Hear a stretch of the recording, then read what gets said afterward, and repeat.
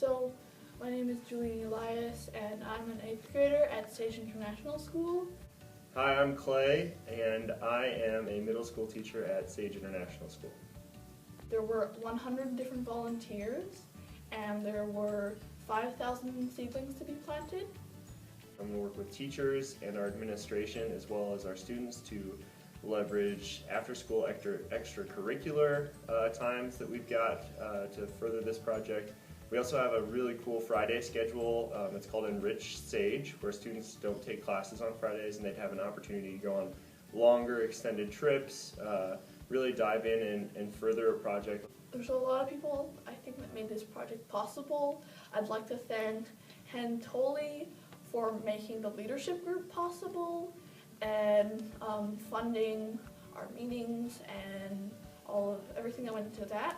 I'd also like to thank Idaho Fish and Game for making the actual volunteer event possible, and their volunteer coordinator for working with me very well. I'd also like to thank everyone in the leadership group for being a very supportive community, the teachers and students alike.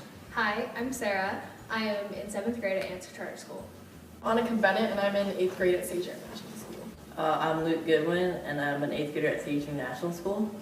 Our project is giving presentations to staff and students in schools about how to make schools a safe place for LGBTQ students, and we've Presented to Answer and also Sage International School teachers, and we're also planning on presenting to students.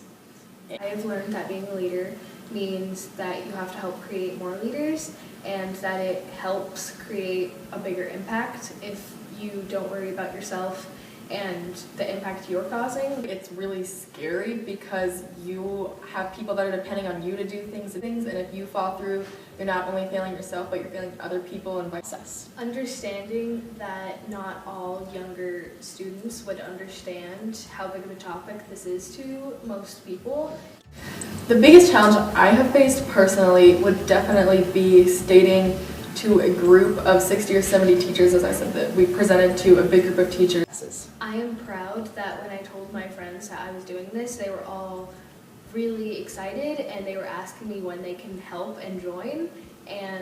Or when we did our presentation at Sage, a lot of the teachers were very engaged and taking notes and paying attention a lot, so that was very good to talk to them. I would definitely give a huge thank you to the TOLI group. Thank you very much for giving me this experience. It has been very hard understanding who I am and knowing that I'm different from a lot of people. For some reason, this specific group of people has just been really helpful in that, because I've learned how to cope better, and I've never warmed up to a group as fast as I've warmed up to this group, and you can't learn that in counseling, and I couldn't pay for that. It's not something that you could just, it's completely priceless. So.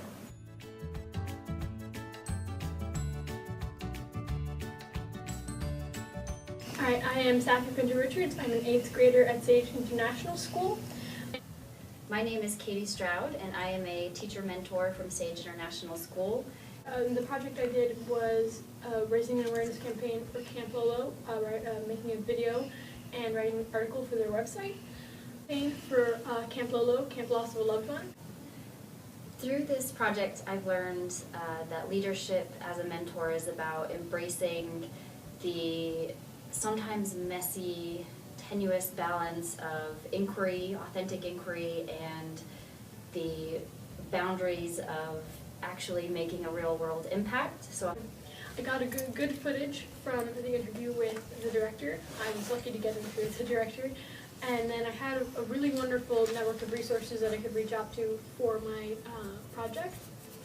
But I had a lot of technical difficulties, such as the video wouldn't load properly, the person I asked to edit it couldn't get it off.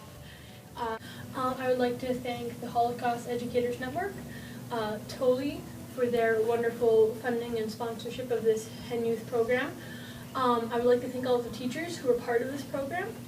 And I would like to thank Camp Lolo and their director, Ms. Brandy Thompson, for their help and cooperation with my project. The community involvement came when we partnered with the Meridian Food Bank and the local city leadership. They were able to identify the different things our community needed as well as what our community already had in place, so that we could really establish this idea of what is a neighborhood and how can we help each other as neighbors. One of my roadblocks was trying to get the student body excited for neighborhood night because they weren't really into it at first. And I'm excited for the karaoke that's going to be benefiting the food bank. I'm excited for all the businesses that are going to be there that I can meet. I think our hope for where the event can go in the future has a lot to do with establishing it as a tradition, so that the community feels like it has a place where it can share its values, and it could become an annual event where different groups can anticipate the opportunity to share their vision for our neighborhood. My name is Kendall, and in November I was asked to join the Answer leadership team. The main four that worked with TOLI came back to create a larger student team. With this team and much consideration, we decided to do a project that would combat social change. We then met with experts and created an idea to combat the low-income housing concern. So as we started this project, we were able to get this leadership training from the people who are funding us, and that allowed us to have tools to be able to find ways to express our want to help. After meeting with community experts, it became really obvious to our group that we needed to address a need of low-income housing. So we began to research other groups and solutions that were taking place already.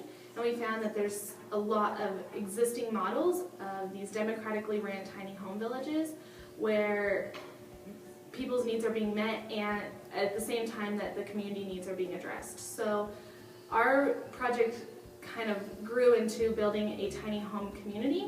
And so we had this great project. I mean, that's the beauty of working with these students. They got lots of energy and enthusiasm, but it was really a bigger project than we could handle. So we finally figured out that we could just build one module of the tiny home village, and other schools then could replicate our work and add to the tiny village. So during one of our meetings with the HEN project in our group, we were posed the question, well, what can you do with 100 hands, or what would you do with 100 hands? And we kind of took that on as our inspiration for our project and what we could really find and address to the community as a problem. And so we took the basic principles of leadership that we were taught, kind of our structure, and we put that to use by addressing the issue of low-income housing.